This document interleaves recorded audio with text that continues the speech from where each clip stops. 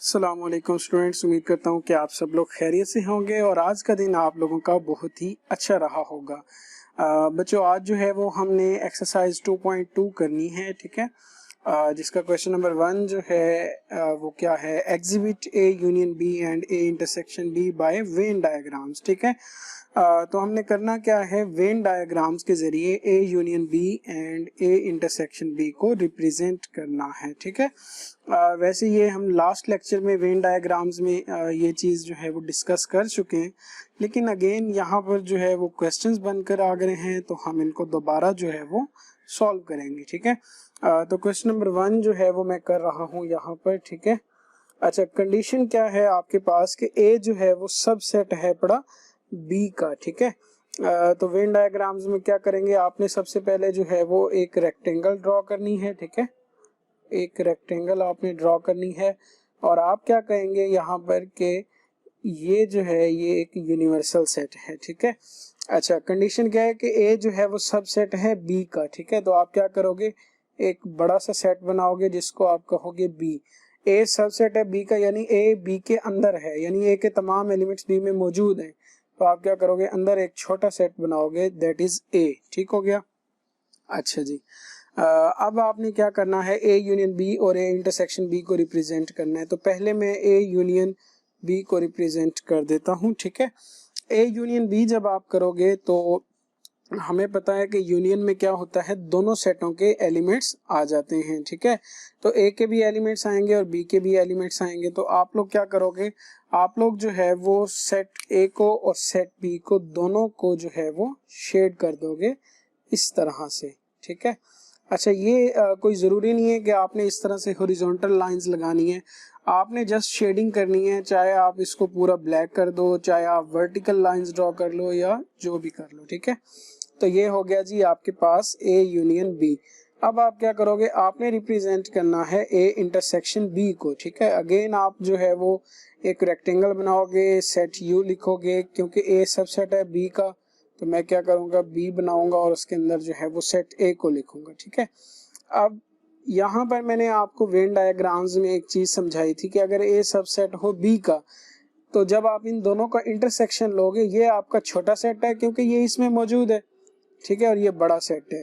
तो जब ए subset of B का और जब आप दोनों का इंटरसेक्शन लोगे तो हमेशा छोटा सेट आंसर आएगा, यानी कि ए के एलिमेंट्स जो हैं वो आंसर आएंगे, ठीक है।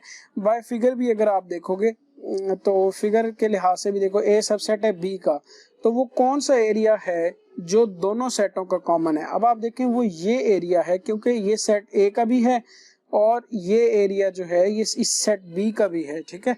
तो क्या होगा, आपके पास आंसर में आएगा छोटा सेट, यानी कि सेट ए।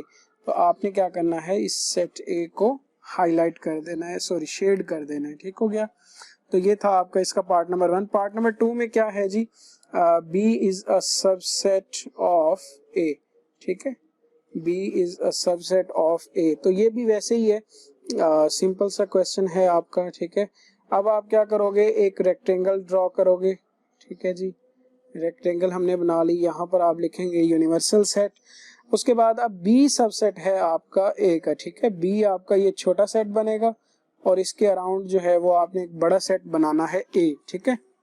ओके, अगेन आपने पहले रिप्रेजेंट करना है ए यूनियन बी को। तो आपको पता है जब भी हम दो सेटों का यूनियन लेते हैं तो क्या होता है कि दोनों सेटों के ही एलिमेंट्स आते हैं, तो इसमें ए भी शेड होगा और बी भी शेड हो जाएगा, ठीक है। तो मैंने यहाँ पर जो है वो वर्टिकल लाइंस इस्तेमाल की हैं और आपने ये ध्यान रखना है कि आपकी कोई भी लाइन जो है वो यूनिवर्सल सेट में नहीं जानी चाहिए, ठीक हो गया। ये था जी आपका ए यूनियन बी। अब हम देखते हैं ए इंटरसेक्शन बी कैसे होगा, ठीक है। ओके, अगेन आप सारे काम जो है वो वैसे ही करोगे, सेट ऑफ यूनिवर्सल बनाओगे, सॉरी यूनिवर्सल सेट बनाओगे। उसके बाद जो है वो आपने एक बड़ा सा सेट बनाना है जो कि ए होगा और उसके अंदर एक छोटा सेट बनाना है जो बी होगा। अगेन जब आप इंटरसेक्शन लोगे, अब देखें बी जो है वो सबसेट है ए का, बी आपका छोटा सेट है और ए जो है वो बड़ा सेट है। तो बी जब सबसेट हो ए का, जब आप ए इंटरसेक्शन बी करेंगे तो हमेशा आपके पास बी के एलिमेंट्स आएंगे, ठीक है।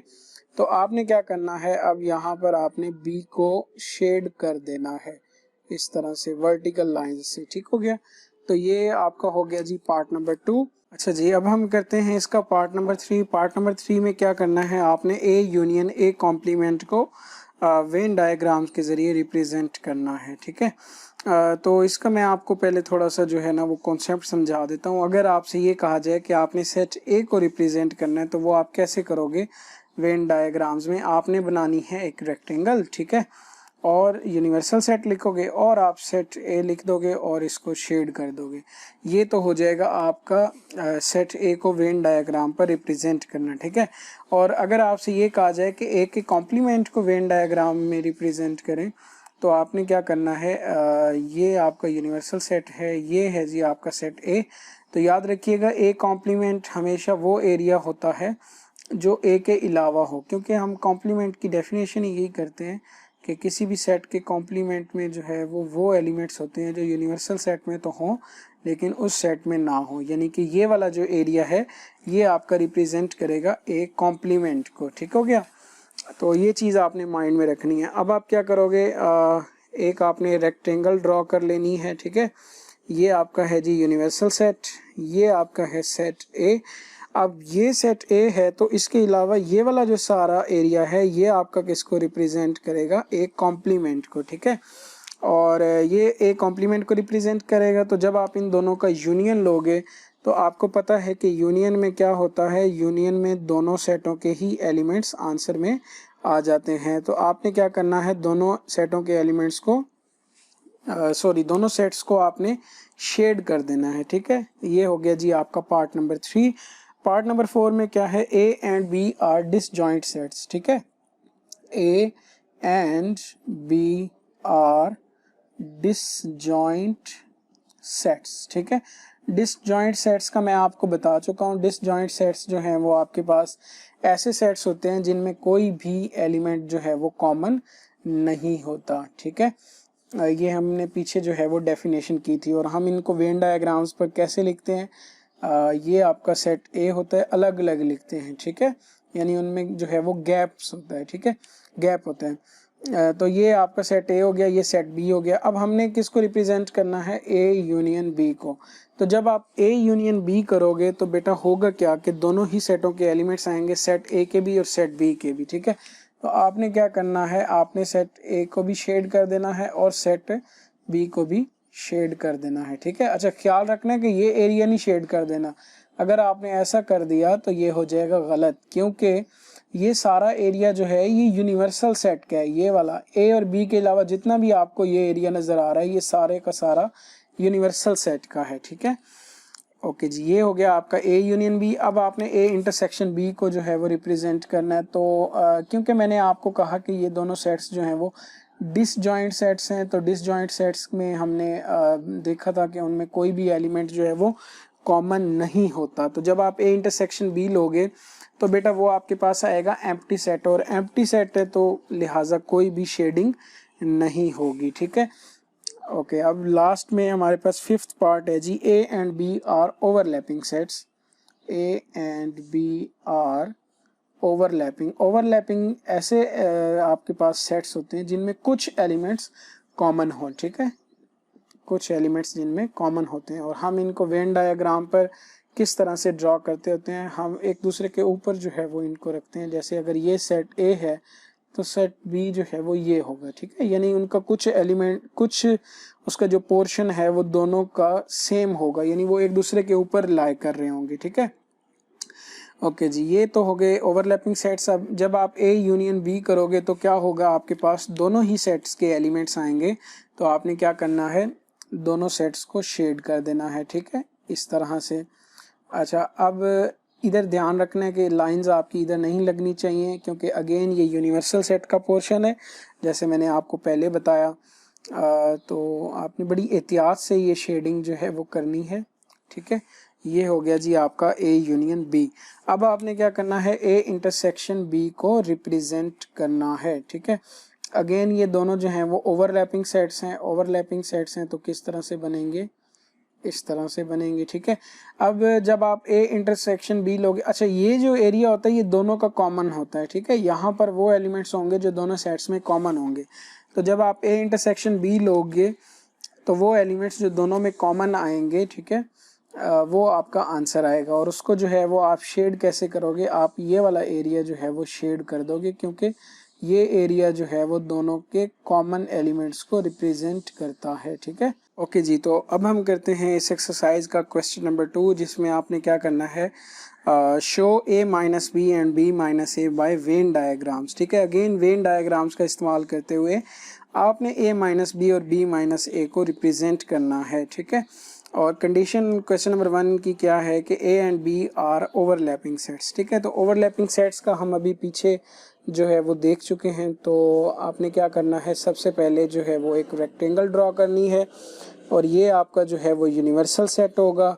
अब a और b जो हैं वो अगर ओवरलैपिंग सेट्स हैं तो आप इनको किस तरह से ड्रॉ करेंगे, ये आपका सेट a है और ये जो है वो आपका सेट b है, और आपने रिप्रेजेंट करना है a माइनस बी को। ठीक है, तो अब a माइनस बी में जब आप करोगे तो आपके पास क्या होगा, a आपका फर्स्ट सेट है। हमने डिफरेंस ऑफ टू सेट्स में डेफिनेशन देखी थी कि a माइनस बी में जो है वो एलिमेंट्स होंगे जो सेट a को तो बिलोंग करेंगे लेकिन सेट b को बिलोंग नहीं करते। ठीक है, तो अब क्या होगा, a माइनस बी में सिर्फ और सिर्फ a के ही एलिमेंट्स आएंगे। ठीक है, तो अब जो है वो क्या होगा, आपके पास ये वाला एरिया जो है जो सेट a का है, रिप्रेजेंट आपने इसको कर देना है शेड। ठीक है, अच्छा, अब आप लोग सोच रहे होंगे कि सर ये सेट a जो है पूरा तो ये वाला है, इसमें जो है ना ये वाला पोर्शन आपने शेड क्यों नहीं किया, क्योंकि ये वाला जो पोर्शन है ना, ये जो आपको नज़र आ रहा होगा, ये जो दोनों का कॉमन एरिया है जो ओवरलैप हो रहा है, या ये इस चीज़ की रिप्रेजेंटेशन है कि कुछ एलिमेंट्स ऐसे हैं जो सेट ए और सेट बी में कॉमन हैं, लेकिन जब आप a माइनस बी करोगे तो वो एलिमेंट्स भी एक्सक्लूड हो जाएंगे, वो निकल जाएंगे a माइनस बी से। सिर्फ वो वाले एलिमेंट्स आएंगे जो सेट a में होंगे लेकिन सेट b में नहीं होंगे, तो लिहाजा आप जस्ट ये वाला एरिया ही शेड करोगे। ठीक है, तो ये हो गया आपका a माइनस बी। अब आपने b माइनस ए को रिप्रेजेंट करना है। ठीक है, तो अगेन आपने क्या किया, एक रेक्टेंगल बनाई। ठीक है, ओके जी। फिर आप जो है वो दोनों सेट्स को बनाओगे, इसी तरह उनको ओवरलैप कराओगे, a और b आपने लिख लिया। ठीक है, अब जब आप b माइनस ए करोगे तो अब क्या होगा, अब आपके पास सेट b के एलिमेंट्स आएंगे, जैसे वहाँ पर a के एलिमेंट्स आए थे। तो अब आपने क्या करना है, सेट b को शेड करना है, a को छोड़ देना है। ठीक है, ये था जी आपका part number 1। Okay, part number 2 में क्या है जी, a is a subset of b। ठीक है, a is a subset of b। तो ये भी बड़ा जो है ना वो सिंपल सा क्वेश्चन है आपका। ठीक है, ये आपका यूनिवर्सल सेट हो गया, a सबसेट है b का, तो ये बाहर b सेट होगा और यहाँ पर जो है वो आपके पास a सेट होगा। ठीक है, ओके जी। तो अब हमने क्या करना है, a माइनस बी को रिप्रेजेंट करना है। ठीक है, तो जब आप a माइनस बी करेंगे तो अब यहाँ पर देखो a सबसेट है b का, यानी कि a के तमाम एलिमेंट्स b में मौजूद होंगे। ठीक है, तो जब आप a माइनस बी करोगे तो वो आपके पास एम्प्टी सेट आएगा। ठीक है, लिहाजा इसमें कोई भी शेडिंग नहीं होगी। ओके, नेक्स्ट में क्या है जी, अब यहाँ पर भी आप ऐसे ही करोगे, बी सेट बनाओगे। ठीक है, और उसके अंदर जो है वो सेट ए बनाओगे। अब आपने बी माइनस ए को रिप्रेजेंट करना है। अब जब आप बी माइनस ए को रिप्रेजेंट करोगे तो इसमें वो एलिमेंट्स आएंगे जो बी में हैं और ए में नहीं हैं, क्योंकि ए छोटा सेट है, बी बड़ा सेट है। ए के तमाम एलिमेंट्स बी में मौजूद हैं, लेकिन बी के कुछ एलिमेंट्स एक्स्ट्रा भी तो है ना, तो वो एलिमेंट्स आंसर में आएंगे। जब वो आएंगे तो अब आप क्या करोगे, आपने जस्ट सेट बी को शेड करना है, ए को नहीं करना। और वो कैसे होगा, वो ऐसे होगा कि आपने लाइंस लगा देनी है, जो एरिया जो है वो सेट बी का है और सेट ए को जो है वो आपने छोड़ देना है। तो ये आपका हो गया बी माइनस ए। ठीक है, और आखिर में इसका थर्ड पार्ट में क्या है जी, बी जो है वो सबसेट है ए का। ठीक है, बी आपके पास सबसेट है ए का। तो अब देखें आपने क्या करना है, आप एक रेक्टेंगल ड्रॉ करोगे। अब बाहर जो सेट बनेगा वो सेट ए होगा और अंदर जो सेट बनेगा वो सेट बी होगा। ठीक है, तो सबसे पहले आप रिप्रेजेंट करोगे ए माइनस बी को। अब देखिए बी सबसेट है ए का, बी के तमाम एलिमेंट्स ए में मौजूद हैं, लेकिन ए के कुछ एलिमेंट्स तो एक्स्ट्रा है ना। ठीक है, तो जब आप a माइनस बी करोगे तो सेट a के एलिमेंट्स आपके पास आंसर में आएंगे। तो आपने क्या करना है, यहाँ पर सेट a को शेड कर देना है, ठीक है। सेट a को जो है वो आप हाँ जी, सेट a को जो है वो आप शेड कर दोगे, ठीक हो गया। ओके, उसके बाद जो है वो हमारे पास है b माइनस a, ठीक है। b माइनस a के लिए अगेन आपने रेक्टेंगल बनाई और बाहर जो है वो आपने सेट a लिया और उसके अंदर जो है वो सेट b लिया आपने। अब जब आप b माइनस a करोगे तो क्योंकि b के तमाम एलिमेंट्स a में मौजूद हैं, b सबसेट है a का, तो b के कुछ वाफिर ऐसे एलिमेंट्स हैं नहीं जो a में ना हो। तो जब आप b माइनस a करोगे आपके पास एम्प्टी सेट आएगा, लिहाजा इसका कोई भी एरिया जो है वो शेड नहीं होगा, ठीक है। तो ये था जी आपका क्वेश्चन नंबर 2। तो अब जी हम करते हैं इस एक्सरसाइज का क्वेश्चन नंबर 3, जो कि क्या है, under what conditions on A and B are the following statements true, ठीक है। आपको बेटा ये 12 स्टेटमेंट्स यहाँ पर दी गई हैं और आपसे ये कहा गया है कि कोई ऐसी कंडीशन बताएं जिन पर ये सारी की सारी, मतलब हर वैसे स्टेटमेंट की अलग कंडीशन होगी, तो आपने हर स्टेटमेंट के लिहाज से ऐसी कंडीशन बतानी है जिसकी वजह से वो स्टेटमेंट जो है वो ट्रू हो रही होगी। यानी कि जैसे फर्स्ट आपके पास पार्ट है, अब ए यूनियन बी जो है वो ए के इक्वल है, तो आपने बताना है कि यहाँ पर ऐसी क्या वजह है कि ए यूनियन बी जो है वो ए के ही इक्वल है। यानी कि जब आप ए यूनियन बी कर रहे हो तो सिर्फ आपके पास आंसर में ए के ही एलिमेंट्स आ रहे हैं, बी के कोई एलिमेंट्स क्यों नहीं आ रहे, ठीक है। तो याद रखिएगा जब भी आपको ऐसी सिचुएशन नज़र आए, मैं आप दोनों केस डिस्कस कर देता हूँ, ए यूनियन बी ए के इक्वल हो या फिर ए इंटरसेक्शन बी जो है वो ए के इक्वल हो, तो याद रखिएगा दोनों में से कोई एक सेट जो है वो दूसरे का सबसेट होगा। ये आप अपने माइंड में बिठा लें, ठीक है। अब जब आप ए यूनियन बी करते हो तो आंसर ए आता है, इसका मतलब ये है कि ए सेट जो है वो बड़ा सेट है। बड़ा सेट होने का मतलब ये है बड़ा सेट होने का मतलब ये है कि देखो बी के तमाम एलिमेंट्स ए में हैं, लिहाजा जब आप इनका यूनियन करते हो तो सिर्फ आपके पास ए के ही एलिमेंट्स आते हैं। मैं आपको थोड़ा सा एक एग्जांपल लेकर दिखा देता हूँ, ठीक है। आप जो है ना वो ए के एलिमेंट्स ले लें 1 2 3 और बी के जो है ना वो आप एलिमेंट्स ले लें 3। तो जब आप इनका यूनियन करोगे, अब आप देखो ए यूनियन बी जब आप करोगे तो आप क्या करोगे, दोनों सेट्स के ही एलिमेंट्स को लिखोगे 1 2 और 3, और ये 1 2 3 असल में क्या है, सेट ए। अब ऐसा कब हुआ, जब हमने बी जो है वो सबसेट लिया ए का, ठीक है। तो मैं ना आपको एक सादा सा ट्रिक सा बता देता हूँ जिसके ज़रिए आप फ़ौरन आइडेंटिफाई कर लोगे कि आपके पास जो है कौन सा सेट दूसरे का सबसेट है। देखें, जब आप यूनियन ले रहे हो ना तो आपके पास जो एलिमेंट आए तो समझ लेना वो बड़ा सेट है। बड़ा सेट का मतलब कि दूसरा सेट जो है ना वो उसका सब सेट है, ठीक है। अब देखो जैसे मैंने ए का इंटरसेक्शन लिया बी के साथ और वो ए आया, तो इसका मतलब यहाँ पर पता है क्या है कि यहाँ पर ए जो है ना वो सब सेट है बी का, यानी बी अब यहाँ पर बड़ा सेट है और ए जो है वो छोटा सेट है। ए के तमाम एलिमेंट्स बी में मौजूद हैं, तभी आप जब इनका इंटरसेक्शन लोगे तो आपके पास ए के एलिमेंट्स आएंगे, ठीक है। तो ये रूल आप अपने माइंड में रख लें। तो अब part number 1, A union B जो है वो ए के इक्वल है, तो ऐसा कब होगा, जब आपके पास बी जो है वो सबसेट होगा ए का। तो जस्ट आपने क्या करना है, वो कंडीशन बतानी थी और वो कंडीशन क्या है कि बी जो है वो सबसेट है ए का, ठीक है। सेकंड पार्ट में क्या है, ए यूनियन बी जो है वो बी आ रहा है, इसका मतलब बी अब बड़ा सेट है। तो बी बड़ा सेट होने का मतलब ये है कि ए जो है वो सबसेट है बी का, ठीक है। ओके, थर्ड में क्या है जी, ए माइनस बी जो है वो जब आप कर रहे हैं तो आपके पास आता है ए, ठीक है। तो इस बात का मतलब ये हुआ कि आपके पास बी जो है वो एम्प्टी सेट है, ठीक है।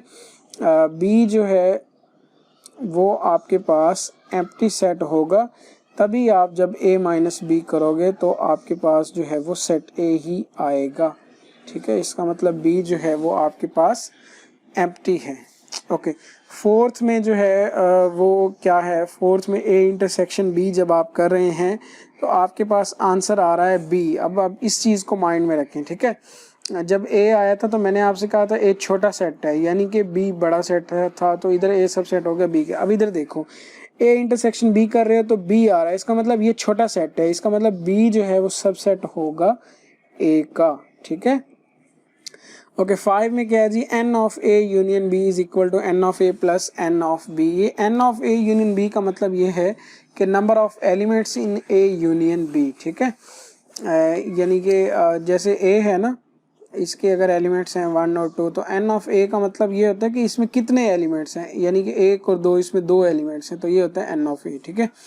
तो n of a union b कब n of a plus n of b के इक्वल होगा, जब आपके पास a और b जो हैं ये दोनों जो हैं आपके पास डिसजॉइंट सेट्स हो, यानी इनमें कोई भी एलिमेंट जो है वो कॉमन ना हो, ठीक है। आप ये देख लें, a जो है वो आप ये सेट ले लें और b जो है वो आप ले लें, फर्ज करें 4, 5 और 6, ठीक है। तो जब आप a यूनियन b लोगे तो फिर आपके पास क्या होगा, दोनों सेट्स के एलिमेंट्स आएंगे 1, 2, 4, 5 और 6, ठीक है। अच्छा, ये n ऑफ a 2 है और n ऑफ b जो है वो क्या है आपके पास 3 है, क्योंकि इसमें 3 एलिमेंट्स हैं, और n of a union b जो है वो आपके पास क्या है 5, ठीक है। तो अब आप देखें कि n of a union b जो है वो n of a plus n of b के इक्वल है, क्योंकि 2 + 3 वो भी 5 ही आएगा। तो ऐसा कब होता है, जब a और b जो है वो डिसजॉइंट सेट्स हों, और डिसजॉइंट सेट्स में क्या होता है कि जब उन दोनों का इंटरसेक्शन जो है वो फाई आता है, ठीक है। आप चाहें तो ये लिख लें a इंटरसेक्शन b जो है वो फाई है, लेकिन अगर आपको ये चीज़ मतलब थोड़ी सी अजीब लग रही है तो आप ये कर लें कि आप इधर लिख लें a and b are disjoint sets, ठीक है। नेक्स्ट अब 6th पार्ट में क्या है जी, n of a intersection b is equal to n of a, ठीक है। जब इस तरह का कोई केस आ जाए ना कि आपके पास जो है वो नंबर ऑफ एलिमेंट्स की बात हो रही है और मतलब आंसर, मतलब राइट साइड पे जो है वो आपके पास आंसर ही कह सकते हैं हम इसको, कि इस तरफ जो है ना वो कोई एक ही सेट हो, तो आप अपने माइंड में बिठा लेना कि इसका मतलब ये होगा कि कोई एक सेट जो है वो दूसरे का सब सेट है। तो इसको जो है ना वो आप इसी की तरह ही देख लें, इसकी तरह, ठीक है, a इंटरसेक्शन b की तरह, ठीक है। एक लम्हे के लिए आप n को जो है वो भूल जाएं, तो a इंटरसेक्शन b जो है वो a के इक्वल होता है। तो ऐसा कब होता है, a अब आंसर आ रहा है, इसका मतलब a जो है वो छोटा सेट है, ठीक है। इसका मतलब जो है वो a सब सेट है b का, तो a सबसेट है b का, इसीलिए ही जब इनके नंबर ऑफ एलिमेंट्स को भी हम देखेंगे तो वो n ऑफ a के ही इक्वल आएंगे, ठीक है। आपको मैं रिकमेंड करूंगा कि आप एक ऐसी कोई एग्जांपल लेके चेक कर लेना जिससे ये आपको क्लेरिफाई हो जाएगा। यानी आपने a को लेना है b का सबसेट, जैसे मैं फ़र्ज़ करें, चले मैं आपको खुद ही करके दिखा देता हूँ। आप जो है वो a को ले लें 1 और 2, ठीक है, और b को जो है वो आप ले लें 1, 2, 3 एंड 4, ठीक है। तो जब आप इनका इंटरसेक्शन लोगे a इंटरसेक्शन b, अब आप देखें a यहाँ पर b का सबसेट है, ठीक है। तो आपके पास क्या होगा, कौन से एलिमेंट्स आएंगे, 1 आएगा और 2 आएगा, ठीक है। अब n ऑफ a जो है वो आपके पास क्या है 2, और n ऑफ b जो है वो आपके पास क्या है 4, और n of a intersection b जो है वो आपके पास क्या है 2, ठीक है। तो अब आप देखें n of a intersection b जो है वो किसके इक्वल आया, n ऑफ a के, और ऐसा कब हुआ, जब आपके पास a जो है वो b का क्या था, सबसेट था। तो यही बात जो है वो आप इसमें लिख दोगे क्या, कि a जो है वो सबसेट है b का, ठीक है। तो ये है इसके ट्रू होने की कंडीशन। अच्छा जी, अब इसका 7th पार्ट जो है वो बिल्कुल इसका पार्ट नंबर 3 है, तो ये रिपीट हो गया, लिहाजा इसको हम नहीं करते। ओके जी, 8th में क्या है, n of a intersection b जो है वो इक्वल है आपके पास 0 के, ठीक है। तो इसका मतलब ये है कि a इंटरसेक्शन b में नंबर ऑफ एलिमेंट्स की तादाद 0 है, यानी a इंटरसेक्शन b में कोई भी एलिमेंट नहीं है। ऐसा कब होता है, जब आपके पास वो दोनों सेट्स जो हैं वो डिसजॉइंट हों, ठीक है। क्योंकि ये दोनों डिसजॉइंट सेट्स हैं, जब मैं इनका इंटरसेक्शन लूँगा तो एम्प्टी सेट आएगा और उसमें नंबर ऑफ एलिमेंट 0 होंगे, ठीक है। तो सीधी सी बात है कि ये a और b जो है वो डिसजॉइंट सेट्स होंगे, जिसको हम यूं भी लिख सकते हैं कि a इंटरसेक्शन b जो है वो क्या होगा आपके पास, एम्प्टी सेट होगा, ठीक है। और 9th में क्या है, a union b is equal to union, ये बड़ा इंपॉर्टेंट है जी आपके पास, यूनिवर्सल सेट, ठीक है। a union b is equal to universal set, not union, मैं गलती से बोल गया। तो ये बेटा आपके पास MCQs के लिहाज से इंपॉर्टेंट चीज़ है, इसको माइंड में रखिएगा। ऐसा सिर्फ तब हो सकता है जब सेट A जो है वो B का कॉम्प्लीमेंट हो, या B जो है वो सेट A का कॉम्प्लीमेंट हो, ठीक है। तो दोनों में से आप कोई भी कंडीशन लिख सकते हैं, आप लिख सकते हैं B जो है वो A का कॉम्प्लीमेंट के इक्वल हो, ठीक है। तो जब भी हम किसी सेट का यूनियन लेते हैं उसके कॉम्प्लीमेंट के साथ, तो हमेशा आपके पास यूनिवर्सल सेट आता है, ठीक है।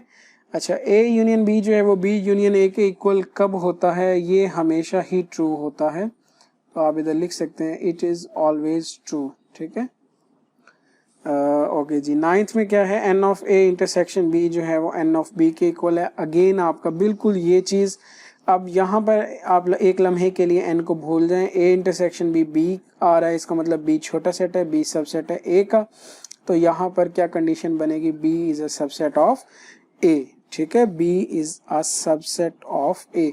और लास्ट पार्ट जो है वो आपका 12, उसमें क्या है, यूनिवर्सल माइनस ए जो है वो फाई के इक्वल आ रहा है। इस बात का मतलब ये हुआ कि a जो है वो बिल्कुल u के इक्वल है, क्योंकि जब आप u माइनस यू करोगे तो सिर्फ तब ही आपके पास जो है वो एम्प्टी सेट आएगा, क्योंकि दोनों जैसे a सेट है तो a माइनस a करूँगा मैं तभी फाई से आएगा, a में से आप किसी भी और सेट को माइनस करोगे तो वो फाई के इक्वल नहीं आ सकता। ठीक है, हमेशा दो इक्वल सेट्स को ही आप जो है वो उनका डिफरेंस लोगे तो फाई आएगा। तो इसका मतलब ये हुआ कि यहाँ पर आपके पास सेट ए जो है वो यूनिवर्सल सेट के इक्वल है। ठीक है, ओके जी। तो अब हम करते हैं क्वेश्चन नंबर 4, जिसमें आपको 4 सेट्स दिए गए हैं। यूनिवर्सल सेट है, सेट ए है, सेट बी है, सेट सी है। आपने क्या करना है, यहाँ पर list the members of each of the following sets. ठीक है, आपको सेट्स दिए गए हैं, आपने इनके मेंबर्स जो हैं वो लिखने हैं। ठीक है, ये बेसिक सा क्वेश्चन है जो आप छोटी क्लासेस में भी काम करते आए हो। ठीक है, तो आपने क्या करना है कि ये ऑपरेशंस जो हैं परफॉर्म कराने हैं। ठीक है, जैसे आपके पास पार्ट नंबर 1 है, ए कॉम्प्लीमेंट आपने फाइंड करना है। तो ए कॉम्प्लीमेंट में मैंने आपको बताया था ये किसके इक्वल होता है, यूनिवर्सल माइनस सेट ए के। ठीक है, तो यूनिवर्सल सेट क्या है, 1 2 3 से लेकर 10 तक। ठीक है, और नेगेटिव ए जो है वो आपके पास क्या है, 2 4 6 8 एंड 10। ठीक है, तो जब आप इनको माइनस करोगे तो हमेशा आपके पास वो एलिमेंट्स होंगे जो इस सेट में होंगे लेकिन इसमें नहीं होंगे। जैसे यहाँ पर 1 है, इधर नहीं है तो आप लिख दोगे 1, 2 इधर है, यहाँ पे भी है, आप नहीं लिखोगे, 3 इधर भी है और यहाँ नहीं है तो 1 आ जाएगा, 3 आ जाएगा, 5 आ जाएगा, 7 आ जाएगा और 9 आ जाएगा। ठीक है, ये आपके पास जो है वो ए कॉम्प्लीमेंट का आपका आंसर होगा। ठीक है, नेक्स्ट जो है वो आपके पास क्या है, पार्ट नंबर 2। पार्ट नंबर 2 में आपने ये करना है, आपने लेना है बी का कॉम्प्लीमेंट। ठीक है, तो बी का कॉम्प्लीमेंट आप कैसे लोगे, यूनिवर्सल सेट माइनस बी। ठीक है, और यूनिवर्सल में क्या है, 1 2 3 से लेकर 10 तक एलिमेंट्स मौजूद हैं, एंड सेट बी जो है वो आपके पास क्या है, 1 2 3 4 एंड 5। ठीक है, तो अब जब आप इसको करोगे तो आपने वो एलिमेंट्स लिखने हैं जो इसमें हैं और इसमें नहीं है। अब देखो 1 से लेकर 5 तक एलिमेंट्स यहाँ पर भी हैं और यहाँ पर भी नज़र आ रहे हैं, तो बाकी कौन से एलिमेंट्स होंगे, 6 7 8 9 और 10। ठीक है, तो ये आपका हो गया जी सेट बी का कॉम्प्लीमेंट। थर्ड पार्ट में आपने क्या करना है, ए यूनियन बी लेना है। बहुत ही आसान काम है ये, ए यूनियन बी। ठीक है, तो सबसे पहले जो है वो आप लिख दोगे इसको, ए के आप एलिमेंट्स क्या हैं, 2 4 6 8 10। ठीक है, यूनियन बी सेट के एलिमेंट्स क्या हैं, 1 2 3 4 एंड 5। तो आपको पता है कि जब भी हम यूनियन करते हैं तो हम क्या करते हैं, दोनों सेट्स के एलिमेंट्स को राइट डाउन करते हैं। ठीक है, लेकिन हम यानी कि कोई मसला ना हो तो उसके लिए हमने इसको तरतीब से भी लिख देना। वैसे सेट में जो है वो अगर आप तरतीब से नहीं भी लिखते तो उससे फ़र्क नहीं पड़ता। ठीक है, तो क्या मैं करता हूँ, 1 लिख देता हूँ, 2 3 4 5 6 7, देखिए दोनों में से किसी सेट में भी नहीं है, 8 आ जाएगा फिर, और फिर आपके पास आ जाएगा 10। ये हो गया जी आपका ए यूनियन बी। ठीक है, उसके बाद जो है वो आपके पास क्या है, ए इंटरसेक्शन नहीं है बल्कि ए नेगेटिव बी है, डिफरेंस ऑफ टू सेट्स है। ठीक है, तो ए माइनस बी में आप क्या करोगे, ए को लिखोगे 2 4 6 8 10 नेगेटिव, बी को आपने लिखना है 1 2 3 4 एंड 5। तो जब आप माइनस करोगे आपने क्या लिखना है, सेट ए के वो एलिमेंट्स लिखने हैं जो सेट बी में नहीं है। जैसे 2 इधर है आप नहीं लिख सकते, 4 यहाँ पर है आप नहीं लिख सकते, 6 इधर है लेकिन इधर नहीं है तो आपने 6 लिखना है, 8 लिखना है, 10 लिखना है। तो ये आपका हो गया ए माइनस बी। ठीक है, ये था आपका फोर्थ पार्ट। उसके बाद फिफ्थ में क्या है, ए इंटरसेक्शन सी करना है आपने, ठीक है, A intersection C, A intersection C. तो ए के आपके पास एलिमेंट्स क्या हैं, 2, 4, 6, 8 एंड 10, और इंटरसेक्शन सी क्या है, 1, 3, 5, 7 और 9। तो बेटा आपको पता है कि इंटरसेक्शन में आपने क्या करना है, दोनों सेट्स में जो एलिमेंट्स कॉमन है वो लिखने हैं, ठीक है। अब देखें 2 यहाँ है, यहाँ नहीं है तो हम नहीं लिख सकते, 4 इधर है, इधर नहीं है, हम नहीं लिख सकते, 6 इधर है, इधर नहीं है, 8 यहाँ पर है लेकिन यहाँ नहीं है, 10। इनफैक्ट कोई भी ऐसा एलिमेंट नहीं है जो दोनों सेटों में कॉमन हो, तो लिहाजा इसका मतलब ये है कि आपके पास ए इंटरसेक्शन बी जो है वो एक एम्प्टी सेट होगा, ठीक है। ओके, सिक्स्थ पार्ट में क्या है जी, ए कॉम्प्लीमेंट यूनिवर्सल से, sorry, A complement union C complement, ठीक है। तो अब जहाँ तक बात है ए कॉम्प्लीमेंट की, तो आप ए कॉम्प्लीमेंट तो पहले ही हम यहाँ पर फाइंड कर चुके हैं, ठीक है, तो वो मैं नहीं करूँगा यहाँ पर, लेकिन अलबत्ता सी कॉम्प्लीमेंट में कर लेता हूँ। तो कॉम्प्लीमेंट फाइंड करने के लिए आप क्या करोगे, उस सेट को यूनिवर्सल में से माइनस कर दोगे, ठीक है।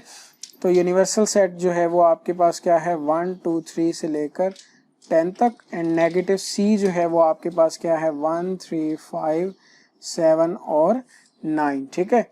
तो अब आपने यू सेट के वो एलिमेंट्स लिखने हैं जो इसमें हैं लेकिन इधर नहीं है। अब 1 यहाँ भी है, यहाँ भी है, लेकिन 2 ऐसा एलिमेंट है जो इधर है, इधर नहीं है। इसी तरह 4 है, 6 है, 8 है और 10 है, ठीक है। तो ये आपका आ जाएगा सेट सी का कॉम्प्लीमेंट। अब आपने क्या करना है, A complement union C complement करना है, A complement union C complement. तो ए कॉम्प्लीमेंट का आपके पास आंसर क्या है, 1, 3, 5, 7 और 9, ठीक है।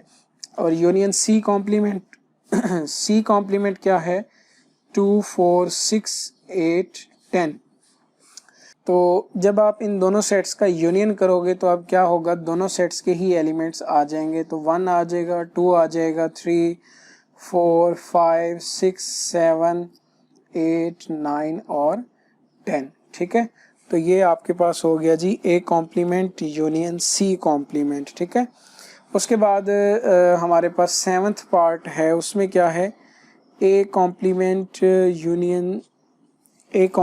यूनियन सी है, ठीक है। मेरे पास एक्चुअली बुक में थोड़ी सी मिस प्रिंटिंग थी, तो मेरे ख्याल से ये ए कॉम्प्लीमेंट यूनियन सी ही है। तो बहरहाल ए कॉम्प्लीमेंट यूनियन सी जो है, ए कॉम्प्लीमेंट का हमारे पास क्या आंसर है, 1, 3, 5, 7 और 9, ठीक है। यूनियन सी जो है उसका क्या आंसर है। अच्छा, यहाँ पर अब आप देखें कि मैंने तो क्योंकि तरतीब वाइज क्वेश्चन सॉल्व कर रहा हूँ, बुक में ऐसे ही यानी कि दिए हुए हैं, तो मैंने तो डायरेक्टली यहाँ पर ए कॉम्प्लीमेंट की वैल्यू लिख ली। लेकिन अगर फ़र्ज़ करें आपके पेपर में ये शॉर्ट क्वेश्चन आ जाता है, तो पहले आपको ए कॉम्प्लीमेंट खुद इस क्वेश्चन में फाइंड करना पड़ेगा, जैसे मैंने यहाँ सी कॉम्प्लीमेंट फाइंड किया था, फिर आप ये ऑपरेशन जो है वो परफॉर्म करोगे, ठीक है। तो अब इन दोनों का यूनियन लेना है, तो ये तो दोनों जो हैं वो सेम सेट्स हैं, ए कॉम्प्लीमेंट और यूनियन सी जो है। तो आप क्या करोगे, एक दफ़ा जो है ये सब के सब एलिमेंट्स लिख दोगे, क्योंकि आप जो है वो इनमें रिपीटेशन तो नहीं कर सकते। अब इसका लास्ट पार्ट है, तो मैं इसको ज़रा रेज कर देता हूँ, ठीक है, और यहाँ पर ही इसको सॉल्व कर देता हूँ 8th पार्ट को। तो 8th पार्ट जो है इसमें आपके पास क्या है, आपने यूनिवर्सल सेट जो है यू का कॉम्प्लीमेंट लेना है, ठीक है, यूनिवर्सल सेट का कॉम्प्लीमेंट लेना है। तो अब आपको पता है कि किसी भी सेट का कॉम्प्लीमेंट आप जब लोगे तो आप क्या करोगे, उसको यूनिवर्सल में से माइनस कर दोगे। तो अब यूनिवर्सल के एलिमेंट्स हैं 1, 2, 3 से लेकर 10 तक, और माइनस 1, 2, 3 से लेकर 10 तक, ठीक है। तो अभी हमने प्रीवियसली भी पढ़ा था कि जब भी दो इक्वल सेट्स जो हैं वो माइनस होते हैं तो आपके पास जो है वो एम्प्टी सेट आंसर आता है, ठीक है। और वैसे भी आप देख सकते हैं कि आपने वो एलिमेंट्स लिखने हैं जो यहाँ पर हो लेकिन यहाँ ना हो, तो ऐसा कोई भी एलिमेंट नहीं है जो इधर हो और इधर नहीं हो, तो लिहाजा ये आपके पास क्या आएगा, एम्प्टी सेट, ठीक हो गया। तो चलिए जी, अब हम करते हैं इस एक्सरसाइज का क्वेश्चन नंबर 5, जिसमें आपने क्या करना है, using the Venn diagrams if necessary find the single set equal to the following, ठीक है। ये आपको डिफरेंट स्टेटमेंट्स दी गई हैं, आपने बताना है कि क्या ये स्टेटमेंट किसी एक सेट के इक्वल होती हैं। जैसा कि इसका पार्ट नंबर 1 है, इसमें तो ए कॉम्प्लीमेंट दिया हुआ है। जैसे ए इंटरसेक्शन यू जो है, तो आपने ये बताना है कि क्या ये किसी एक सिंगल सेट ए के या यू के या किसी भी यानी कि सेट सिंगल सेट के इक्वल हो सकता है या नहीं, ठीक है। और साथ ही आपने वेन डायग्राम्स का इस्तेमाल करते हुए ये चीज़ बतानी है, ठीक है। तो एक कॉम्प्लीमेंट का पहले हम देख लेते हैं कि इसको आप कैसे जो है वो वेन डायग्राम्स के ज़रिए बनाएंगे। तो ये आपका यूनिवर्सल सेट है, ये आपका है सेट ए, ठीक है। तो जब आप ए कॉम्प्लीमेंट की बात करते हैं तो आपके पास ए के अलावा जो है वो सारे का सारा रीजन जो है वो शेड होता है, ठीक है। तो क्या होगा कि ए के अलावा जितना भी आपके पास रीजन है वो सारे का सारा शेड हो जाएगा, जो कि रिप्रेजेंट करेगा आपका ए का कॉम्प्लीमेंट को, ठीक है। तो अब ए का कॉम्प्लीमेंट किसके इक्वल होता है? सिंपली यूनिवर्सल माइनस ए के ही इक्वल होता है। तो यही वो यूनिवर्सल माइनस ए ही जो है ना सेट है जो ए कॉम्प्लीमेंट को रिप्रेजेंट करता है, ठीक है। उसके बाद इसका पार्ट नंबर 2 है, उसमें क्या है जी, आपके पास A intersection U, A intersection universal set, ठीक है। तो आप एक रेक्टेंगल ड्रॉ करेंगे, ठीक है। रेक्टेंगल में आप इधर लिखोगे यूनिवर्सल सेट, ये आपका है जी सेट ए, ठीक है। अब आप ये चीज़ देखें कि हमने लेना है ए का इंटरसेक्शन यू के साथ। अब अगर मैं ए को नहीं बनाता, क्योंकि पूरी की पूरी जो रेक्टेंगल होती है वो यूनिवर्सल सेट को ही रिप्रेजेंट करती है, ठीक है। और उसमें ये एरिया जो है वो ए सेट को रिप्रेजेंट कर रहा है। तो अब यू का और ए का जो कॉमन एरिया है वो सेट ए का ही है, ठीक है। क्योंकि ए इंटरसेक्शन यू करोगे, अगर मैंने आपको वो जो एक छोटी सी ट्रिक बताई थी, तो आपके पास ए ही आएगा, क्योंकि यहाँ पर देखो ए जो है वो सब सेट है यू का, क्योंकि ए यू के अंदर लाई कर रहा है, ए यू के अंदर कंटेन हो रहा है, ठीक है। तो इसका मतलब ये है कि जब आप ए इंटरसेक्शन यू करेंगे तो आपके पास ए सेट जो है वो शेड होगा, ठीक है। तो इसका मतलब ये है कि ए इंटरसेक्शन यू जो है वो एक सिंगल सेट ए के इक्वल है, ठीक है। तो यही हमने करना था कि ये जो दो सेट्स का यानी इंटरसेक्शन हो रहा था, हमने बताना था क्या ये किसी सिंगल सेट के इक्वल लिखा जा सकता है। तो जी हाँ, ये सेट ए के इक्वल लिखा जा सकता है, ठीक है। ये आपका हो गया जी सेकंड पार्ट। उसके बाद थर्ड पार्ट जो है उसमें आपने क्या करना है, ए यूनियन यूनिवर्सल सेट, ठीक है। तो ये भी सिंपल सा ही है आपके पास, ये आपका यूनिवर्सल सेट हो गया और ये जो है वो आपका हो गया सेट ए, ठीक है। तो जब आप ए यूनियन यूनिवर्सल सेट करोगे तो दोनों ही सेटों के एलिमेंट्स आएंगे, ठीक है। एक भी शेड होगा और यू भी शेड होगा, ठीक है। तो इनफैक्ट ये पूरे का पूरा जो यूनिवर्सल सेट वाला एरिया है ये सारे का सारा जो है वो शेड हो जाएगा। और आप लिख सकते हैं ए यूनियन यूनिवर्सल सेट जो है वो यूनिवर्सल सेट के ही इक्वल है, क्योंकि अगर आप सिर्फ यूनिवर्सल सेट को भी शेड करेंगे ना तो आप सिर्फ यही एरिया ही शेड करोगे। तो लिहाजा इसका मतलब ये हुआ कि ए यूनियन यूनिवर्सल सेट जो है वो एक सिंगल सेट यू के इक्वल लिखा जा सकता है, ठीक है। ये हो गया जी आपका पार्ट नंबर 3। उसके बाद फोर्थ में क्या है, ए यूनियन फाई, ठीक है, ए यूनियन फाई। तो फाई तो अब आपके पास कोई सेट भी नहीं होता ना, ये तो एम्प्टी सेट होता है। तो ये आपका यूनिवर्सल सेट है, ये आपका है जी सेट ए। तो जब आप ए यूनियन फाई करोगे ना तो सिर्फ ए ही शेड होगा, ठीक है, क्योंकि आंसर में भी आपके पास ए ही आएगा। तो ए यूनियन फाई को हम लिख सकते हैं ए, ठीक है। तो ए जो है वो एक सिंगल सेट है जो आपका ए यूनियन फाई को ही रिप्रेजेंट करता है, ठीक है। और लास्ट में इसका फिफ्थ पार्ट है फाई इंटरसेक्शन फाई, ठीक है।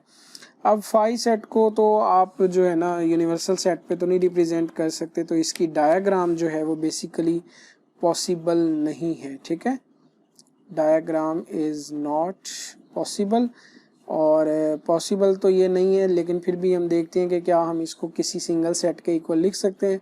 तो सिंपली फाई इंटरसेक्शन जब फाई आप करते हो तो फाई ही आता है, तो लिहाजा बस हम इसको फाई के इक्वल लिख सकते हैं, ठीक है। तो चलिए जी अब हम करते हैं इस एक्सरसाइज का लास्ट क्वेश्चन, जो कि क्वेश्चन नंबर 6 है।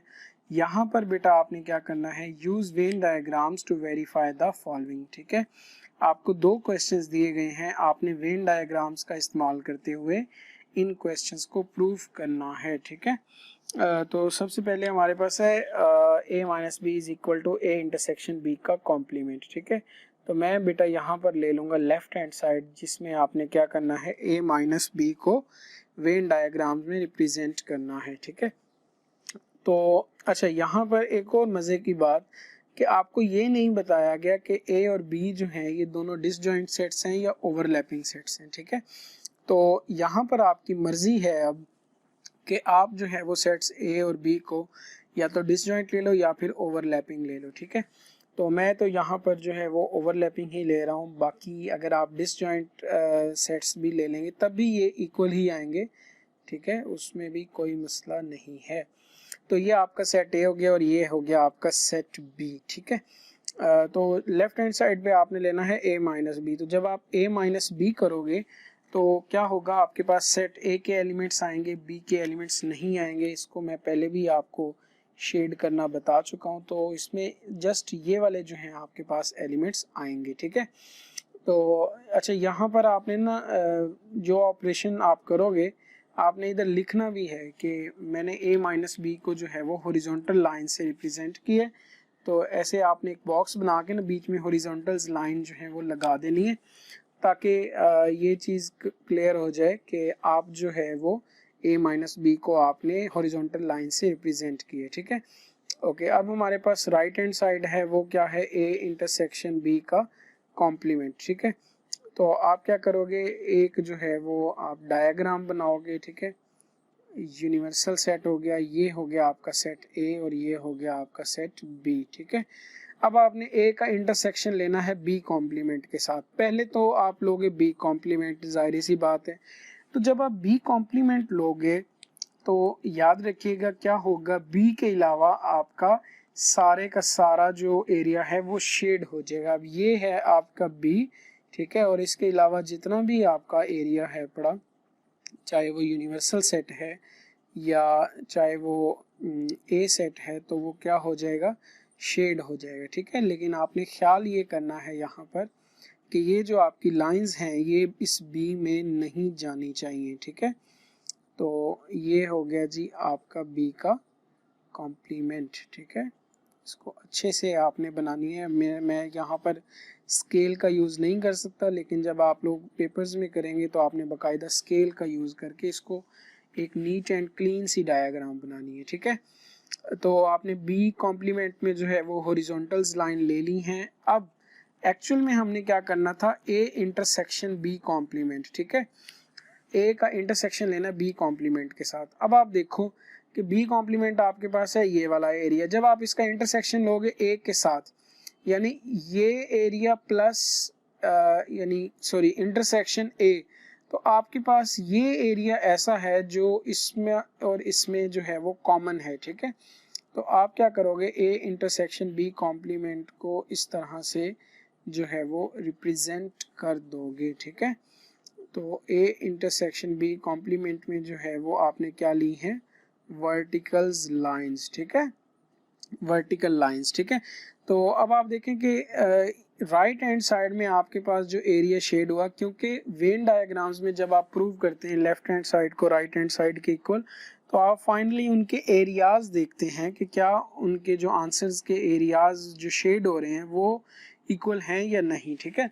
जैसा कि राइट हैंड साइड में आपके पास जो फाइनली आंसर में एरिया शेड हुआ है वो ये वाला है, ठीक है, ये यहाँ से लेकर और ये इस तरह से, और इसी तरह लेफ्ट में भी जो आपके पास एरिया शेड हो रहा है वो ये वाला है। अच्छा, ये नहीं आपने सोचना कि सर यहाँ पर तो एक एक लाइन है, यहाँ पर दो दो लाइनें हैं ना, बॉक्सेस बने हुए हैं, तो उससे हमें मसला नहीं है। आपने देखना है शेडिंग, कि यहाँ पर भी ये एरिया शेडेड है और यहाँ पर भी ये शेडेड है, तो लिहाजा आप कह सकते हैं from 1 and 2, from 1 and 2 we can say that a minus B जो है वो इक्वल है a इंटरसेक्शन b का कॉम्प्लीमेंट के, ठीक हो गया। ये हो गया जी इसका पार्ट नंबर 1। अब आपके पास पार्ट नंबर 2 में क्या है, a माइनस बी का कॉम्प्लीमेंट, a माइनस बी का complement intersection b is equal to b, ठीक है। तो इसकी राइट हैंड साइड जितनी आसान है उतनी ही इसकी लेफ्ट हैंड साइड डिफिकल्ट है, लेकिन बहरहाल फिर भी ये इजी है, आपने घबराना नहीं है। तो मैं पहले इसकी ले लेता हूँ राइट हैंड साइड, ठीक है। राइट हैंड साइड जस्ट क्या है, वो सेट बी है। तो सेट बी कैसा होगा आपका, आप क्या करोगे, सेट बी को शेड कर दोगे, ठीक है। तो ये आपका हो गया यूनिवर्सल सेट, ठीक है। और आप क्या करोगे, ए भी ले लोगे, बी भी ले लोगे, ठीक है। ये हो गया ए और बी। तो जब आप सेट बी को शेड करोगे तो आपने क्या करना है कि ये वाला एरिया जो है वो शेड कर देना है, ठीक है। ये आपका जो है वो सेट बी को रिप्रेजेंट कर रहा है, ठीक है। राइट हैंड साइड हो गई। अब आप लेंगे यहाँ पर left hand side. Left hand side में क्या है, a माइनस बी का कॉम्प्लीमेंट इंटरसेक्शन बी, ठीक है। तो अब स्टेप वाइज ही आपने करना है। जैसे अगर आपने ये क्वेश्चन सॉल्व करना होता physically, not Venn diagram sets लेकर, तो आप सबसे पहले a माइनस बी करते, फिर आप उसका कॉम्प्लीमेंट लेते, फिर आप उसका इंटरसेक्शन लेते b के साथ। तो यही काम यहाँ पर करना है। सबसे पहले जो है वो मैं यहाँ पर ले लेता हूँ a माइनस बी, ठीक है, a माइनस बी। तो ये आपका यूनिवर्सल सेट है, ठीक है। ये हो गया जी आपका सेट ए और ये हो गया आपका सेट बी, ठीक है। तो जब आप a माइनस बी करोगे तो उसमें क्या होगा, आपके पास सेट ए के एलिमेंट्स आएंगे लेकिन सेट बी के एलिमेंट्स नहीं आएंगे, ठीक है। तो आप क्या करोगे, इसमें ये जो लाइंस है यहाँ पर आप ये वाली लाइंस लगा दोगे, इस एरिया को आप शेड कर दोगे, ठीक है, जो आपका रिप्रेजेंट करेगा a माइनस बी को, ठीक है। तो इधर आपने लिख देना है कि ये जो हॉरिजॉन्टल लाइंस हैं, वैसे ये हॉरिजॉन्टल लाइंस जो हैं ये आपका a माइनस बी को रिप्रेजेंट कर रही हैं, ठीक है। फिर मैं ले लेता हूँ a माइनस बी का कॉम्प्लीमेंट। अब जब आप a माइनस बी का कॉम्प्लीमेंट लोगे तो अब क्या होगा, ये आपका एरिया शो कर रहा है a माइनस बी को। इसका कॉम्प्लीमेंट का मतलब इसके अलावा टोटल एरिया सारा आपने शेड कर देना है, ठीक है। तो अब एक तो यहाँ पर आप हॉरिजॉन्टल लाइंस पहले यूज कर चुके हैं, तो अब आप दोबारा नहीं कर सकते। तो मैं यहाँ पर वर्टिकल्स लाइन जो है वो ले लूंगा। तो होगा क्या, a माइनस बी के कॉम्प्लीमेंट में a माइनस बी वाला जो एरिया है उसके अलावा जो है वो आपके पास सारे का सारा जो है वो एरिया शेड होगा, ठीक है। तो इसमें ये वाला एरिया भी जो है ना आ जाएगा, ये जो इन दोनों सेटों के दरमियान वाला है, ठीक है, क्योंकि ये भी a माइनस बी के मतलब अलावा वाला एरिया ही है, ठीक है। तो ये हो गया आपके पास a माइनस बी का कॉम्प्लीमेंट, ठीक है। अब मैं एक यहाँ पर जो है ना आपने इधर लिख भी देना है कि आप जो है वो क्या कर रहे हो, a माइनस बी के कॉम्प्लीमेंट को वर्टिकल लाइन से रिप्रेजेंट कर रहे हैं, ठीक है। एक और मैं फिगर ले लेता हूँ क्योंकि अब यहाँ पर जो है वो बहुत ज़्यादा जो है वो खिचड़ी पक गई है क्योंकि यहाँ पर आपको फिर समझने में मुश्किल हो जाएगी। तो मैंने एक और फिगर बना ली, यहाँ पर ये सेट है a और ये सेट है b। अब आप देखो a माइनस बी का कॉम्प्लीमेंट आपने लेना है सेट b के साथ, ठीक है। सेट b को अगर आप शेड करोगे तो जस्ट ये वाला ही एरिया शेड होगा, और a माइनस बी के कॉम्प्लीमेंट में हमारे पास कौन से आंसर आ रहा है, इसको एक्सक्लूड करके ये वाला सारा एरिया, ठीक है।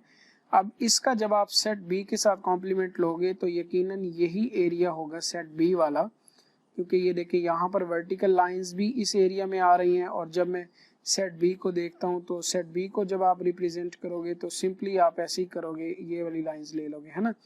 तो इसमें और इसमें कॉमन एरिया जो है ना वो यही वाला ही है, ठीक है, ये वाला ही है।